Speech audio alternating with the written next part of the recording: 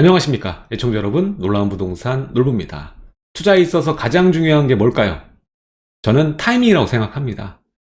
자, 이렇게 정책이 이어지고 규제가 이어지는 상황에 결국 수요는 종목을 따라 그리고 지역을 따라 갈릴 수밖에 없고 변화될 수밖에 없습니다. 자, 그래서 타이밍을 잘 맞추기만 한다면 짧은 기간에 안전마진 혹은 큰 수익까지 볼 수 있는 그런 상황이 만들어지죠.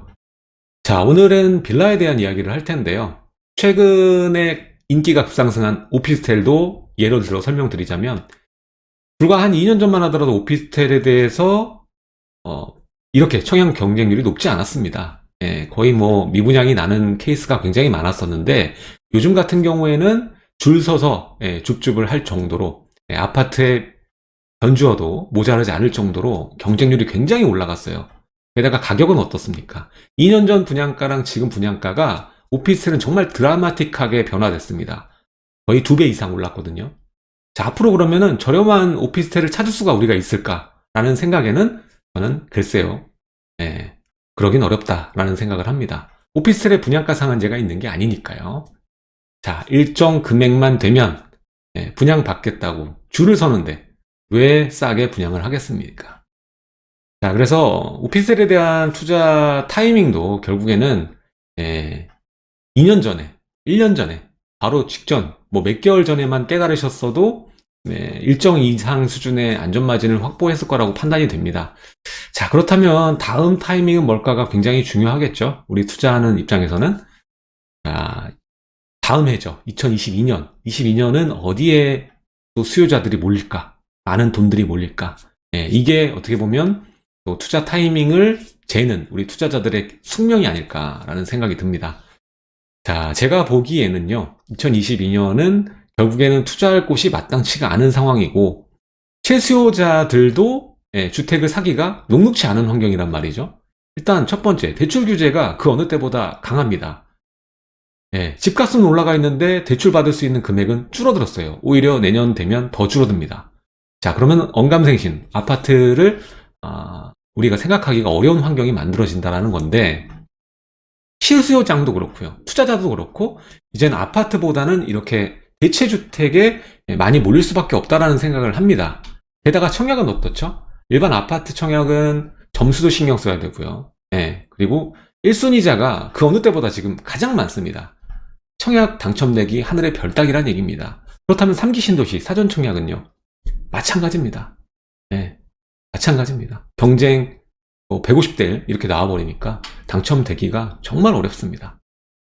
자, 오피스텔 20대 1도 당첨되기 어려운데 150대 1을 어떻게 뚫습니까? 현실적으로 좀 생각을 해봐야겠죠. 결국엔 수요자들 계속 청약 넣다가 포기하시는 분들도 많고요. 이래서는 안 되겠다.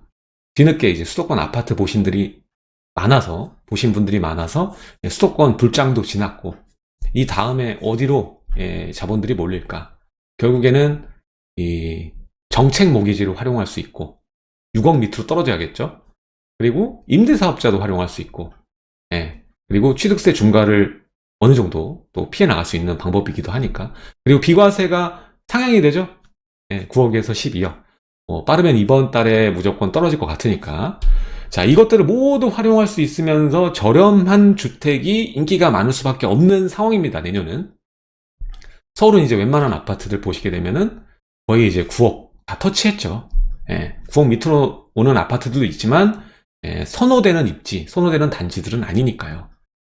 자, 이러면 우리는 선택을 해야 됩니다. 가격적으로 최대한 맞춰서 아파트를 고를 것이냐, 아니면은 가격이 비교적 저렴하고 입지는 상급으로 갈 수 있는, 그리고 많은 수요자가 선택할 수 있는 그러한 곳으로 갈 것인가.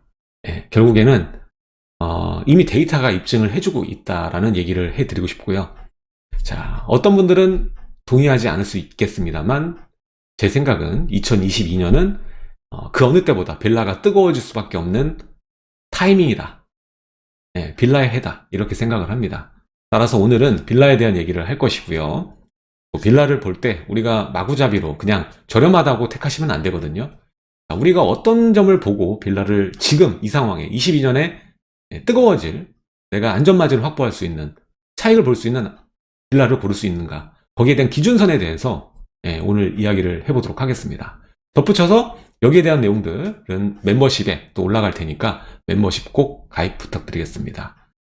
시청하시기 전에 좋아요와 구독하기, 그리고 하단에 멤버십 가입해 주시면 놀라운 부동산 전용 강의와 매물 추천 정보까지 시청이 가능하십니다. 그럼 지금 시작하겠습니다.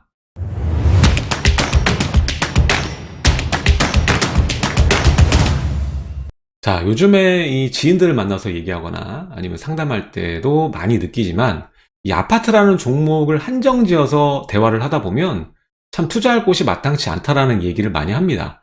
지금 이 순간에 지방권의 아파트를 이야기를 하면 물론 이제 투자할 수 있는 그런 아파트들이 굉장히 많이 이야기가 나오지만 사실 이 구체적인 확실한 모멘텀이 있는 아파트가 없습니다. 그냥 도롤랐기 때문에, 그리고 규제가 약하기 때문에 투자하면 괜찮다, 전세가 계속 올라가고 있으니까 괜찮다, 뭐 이 정도의 수준의 모멘텀으로 지방 아파트 시장을 얘기를 하거든요.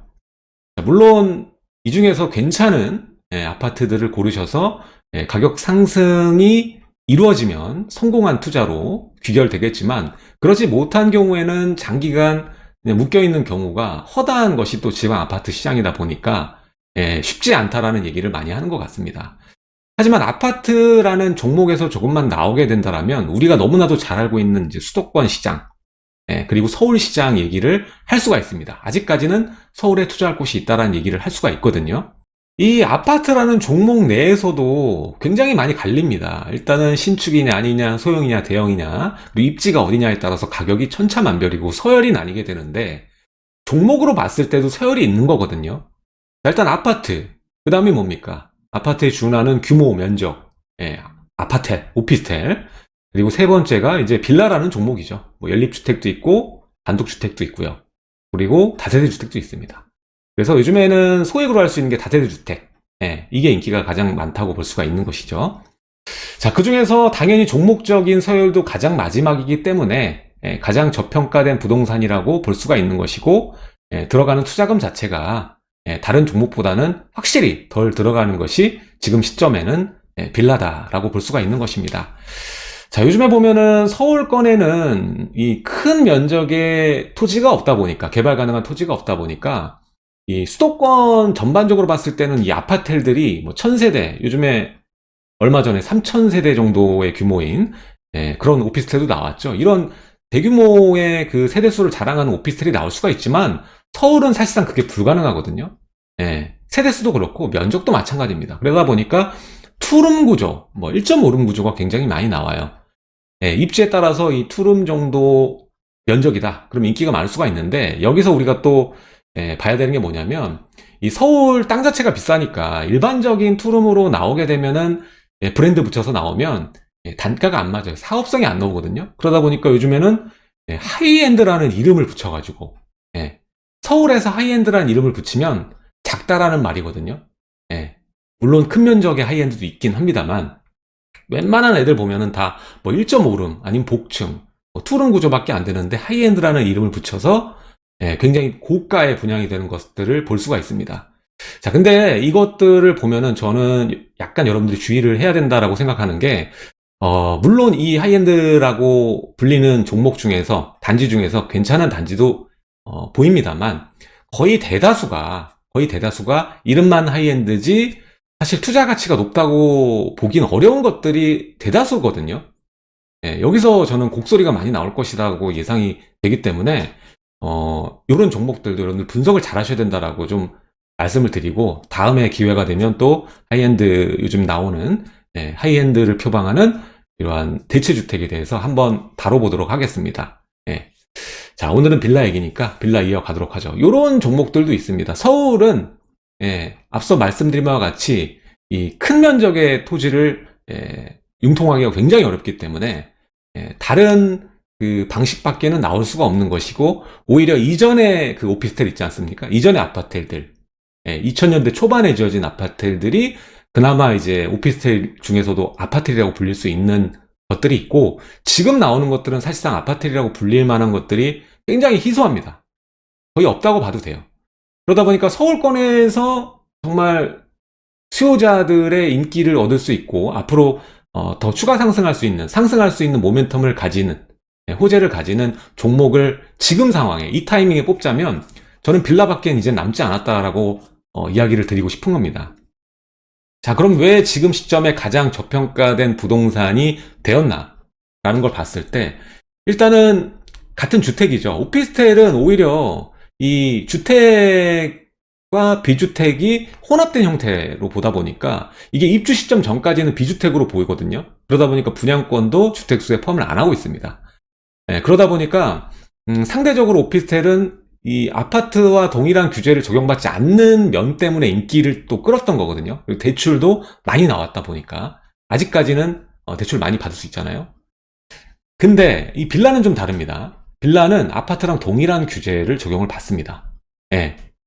하나 다른 거는 이제 임대사업자는 좀 다른데 그 외에는 아파트랑 동일한 규제를 적용받기 때문에 이것 때문에도 많이 욕하시는 분들이 많았죠. 난 빌라인데 왜 아파트랑 똑같이 보느냐.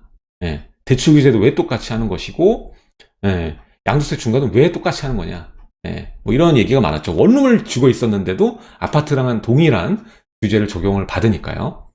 그러다 보니까 아파트는 선호 종목이라서 가장 많이 올랐고 그 가격을 따라서 이 아파트에 규제에 상대적으로 덜 적용받으니까 따라서 최근 급등했고, 이와는 반대로 비선호 종목이자 그리고 규제는 동일하게 적용받는 이 빌라는 두 종목군에 비해선 확실히 덜 올랐습니다. 물론 오르긴 올랐습니다만 덜 올랐다라는 거죠. 자, 여기에 대한 여러 가지 이유가 있겠으나 아까 말했던 규제 외에도요, 빌라에 대해서는 고정관념이 있습니다. 일단 나이가 많으신 분들이 특히 그런데 예전에 이제 못 사던 시절에는 다 이제 거의 서울 웬만한 곳이 빌라촌이 대부분이었으니까 빌라 하면 오래된 주택지라는 고정관념, 그리고 개별성이 굉장히 심하잖아요. 바로 옆집과 지금 이 집의 이 구조나 평면이 차이가 엄청나게 다르니까 이러한 개별성으로 인해서 가격도 천차만별 서로 다릅니다. 아파트는 동일하게 나오잖아요. 어느 아파트 어느 동네면 평당 얼마다라는 계산이 딱 나오는데 빌라는 개별성이 너무나 강하다 보니까 쉽게 얘기를 하지 못합니다. 평당 얼마라는 얘기가 안 나와요, 빌라는. 그래서 이런 개별성으로 인해서 환금성 자체가 약합니다. 그리고 웬만한 서울의 이 빌라 밀집 지역들 보면은 노후도가 굉장히 높거든요. 거의 평균적으로 봐도 60%, 80% 정도 전후로 구성이 되어 있습니다. 강남 지역이 그나마 가장 노후도가 낮아요. 나머지 지역은 거의 다 높습니다. 노후도가. 개발을 해야만 하는 지역들이 대다수다는 점. 자, 그러다 보니까 인프라 어떻습니까? 길도 좁고 들어가기 어렵죠. 그러다 보니까 인프라 당연히 부족하고 학군 또한 마찬가지입니다. 그래서 인프라 안 좋고 학군 안 좋으니까 당연히 주택가격 어땠습니까? 저평가, 낮을 수밖에 없는 거예요. 근데 왜 저평가라고 부르느냐? 거기에 비해서는 앞으로 개발 모멘텀은 그 어느 종목보다 강하니까 저평가라고 얘기를 하는 겁니다. 자, 따라서 이러한 고정관념 그리고 현실들에 의해서 지금 이 시점에 가장 저렴한 부동산 종목이 이 빌라, 특히 이제 다세대 주택이 되는 것입니다. 그런데 지금까지 양상과 다르게 21년 오면서 뭔가 바뀌고 있는 것 여러분들도 느끼고 있을 겁니다. 빌라가 가격이 오르고 있습니다. 자, 빌라로 많은 수요자들, 특히 투자 수요가 먼저 움직였고요. 요즘엔 실수요자들도 빌라를 선택하는 케이스가 증가하고 있습니다. 자, 이번 11월 서울 빌라 매매 건수를 보면 2285건입니다. 근데 아파트는 1000건도 안 되거든요. 서울의 주택 거래 건수 전체 그 퍼센테이지를 보니까 빌라가 75%입니다. 현실이 이렇습니다. 결국엔 마땅한 투자처도 없는 것이고 실수요자가 살 수 있는 마땅한 주택이 결국엔 없는 거예요. 그래서 빌라로 모이고 있는 거죠. 자, 타이밍 얘기했죠, 아까. 자, 가장 먼저 실수요자들이 빌라를 선택하는 이유, 첫 번째는 대출 규제 때문에 그렇습니다. 12월부터 좀 풀리고 있다라는 얘기가 나오고 있죠. 그럼에도 불구하고 쉽지 않거든요. 그러다 보니까 이 상황이 앞으로 가면 바뀔까요? 대출을 갑자기 많이 해줄까요? 그렇게 어렵다는 겁니다. 내년에 가면 더 빡세게 제어하겠다고 얘기를 하고 있죠. 이런 상황에서 아파트를 수도권까지도 매수하기가 굉장히 어려운 상황이 지금 됐다라는 겁니다. 대출 규제 때문에. 결국에는 저렴한 주택을 살 수밖에 없는 거라는 거죠. 그래서 수도권에 오래된 아파트를 살 거냐, 아니면 서울에 그나마 저렴한, 거기다가 잘 지역만 선정하면 신축도 가능합니다. 주거 환경이 좀 나아지는 거죠. 그러한 직주 접근되면서 그러한 주택을 사게 되는 수요자가 지금 늘고 있다는 겁니다. 그래서 대출 규제로 인해서 수요 전환이 강세로 이어지고 있다. 자, 이 결과 21년 올해 통틀어 보면 11월만 볼 게 아니라 지금 1월부터 쭉 연속적으로 아파트 거래량보다 앞서고 있는 상황이에요. 그리고 하반기 왔을 때는 차이가 월등히 많이 납니다. 내년에도 다르지 않을 거라고 봐요. 내년에도 아파트 가격이나 거래를 보면 상고하저로 흘러갈 것이라고 보입니다. 자, 그래서 결국에 거래량이 늘었다라는 것은 결국 가격 상승을 의미하는 거거든요. 지금 빌라 시장은 아파트랑은 다르다. 거래량이 증가하면서 매매 가격도 상승세를 보이고 있습니다. 이 타이밍에 오르는 부동산은 빌라라는 것이죠. 자, 근데 이제 시작이라고 좀 말씀을 드리고 싶습니다. 대출 규제에 나온 지 얼마 안 됐잖아요. 내년에는 더 빡세게 관리될 것이고, 자, 결국에는 너도 나도 적응기를 마치게 되고, 결국에는 선택을 하는 상황이 22년에는 올 거라고 보고요. 22년은 그 어느 때보다 빌라 거래가 활성화되고 상승세가 가파르게 터질 것이다 라고 예상이 됩니다. 자, 먼저 첫 번째 강력한 모멘텀이 있습니다. 호재가 있습니다.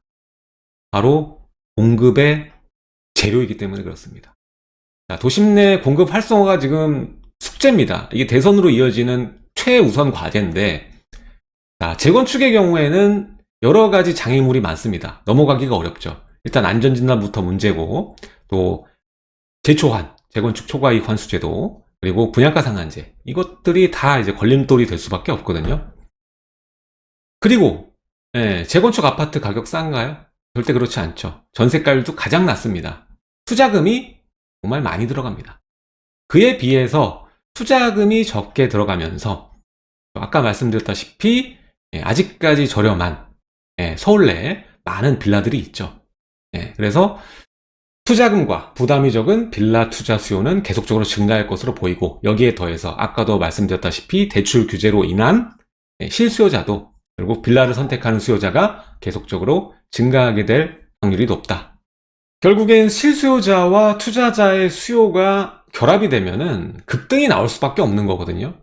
그 타이밍이 바로 22년이라는 겁니다. 자, 앞으로 본격적으로 여러 후보지들이 또 선정이 될 건데, 실제로 많은 시장 참여자들이 기대하고 있는 것이 이제 신속통합기획인데, 이게 이제 발표를 앞두고 있죠. 발표하면 내년엔 더 뜨거워질 겁니다. 막상 이제 첫 뚜껑이 열리게 되면. 자, 이 외에도 이전에 추진했던 공공재개발도 있고요. 또 3080 플러스 도심복합 개발 사업도 있고, 이 모든 것들의 후보지가 서울의 빌라촌이거든요.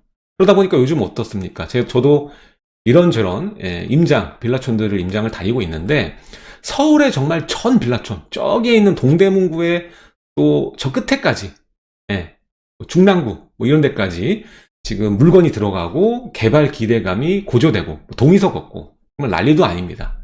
자, 상황이 이렇다 보니까 여러분들께 꼭 드리고 싶은 말이 있습니다.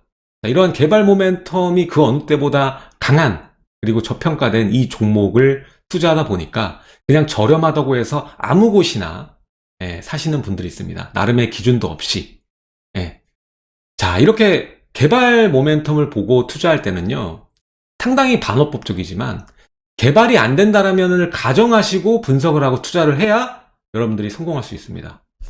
개발을 무조건 염두하시고 한다면 조합 설립 인가 이후 물건을 매수를 하셔야 되는 거예요. 지금은 조합 설립 인가나 구역 지정되지 않은 물건들을 토대로 우리가 소액 투자라고 말을 하는데, 구역 지정이나 아니면 설립 인가까지 가면은 피가 못해도 5억 이상 붙으니까요. 자, 근데 출발선은 동일한데 이거를 재개발된다고 그냥 믿고 사시면 안 된다는 거예요. 개발 모멘텀은 빼고 지금 현재 이 물건의 가격과 주변 시세, 그리고 주변의 아파트 가격, 그리고 전월세 상황 이런 것들을 모두 분석해서 접근을 하셔야 된다는 겁니다. 그것이 선행된 이후에 개발 가능성을 염두를 하셔야 된다라는 겁니다. 자, 정리를 해보자면요. 내가 아무리 재개발 보고 투자한다고 해도 지금 상황에서는 출발선이 모두 똑같으니까 현재 가치도 중요하다는 얘기예요. 재개발만 기대하고 미래 가치만 기대하고 샀다가는 실패할 확률이 높아진다. 일단 우리가 장기를 보고 투자를 하는 건데요. 지금 개발 후보지 선정되면은 거래 제한이 예정이 되죠. 일단은 이번 신속통합기획도 토지거래 허가로 묻겠다고 얘기를 했죠. 후보자 선정되면. 자, 어차피 지금 장기로 가야 된다는 상황이죠. 그렇다면 장기로 갈수록 현재 가치가 그 어느 때보다 중요한 물건이라는 겁니다. 자, 그리고 정책개발 후보지 진행 케이스가 지금까지는 없죠. 지금 다 계획만 잡고 후보지만 나왔을 뿐 이게 어떻게 진행된 케이스가 하나도 없다라는 게 또 리스크 중 하나예요. 그래서 현재 가치가 중요한 겁니다.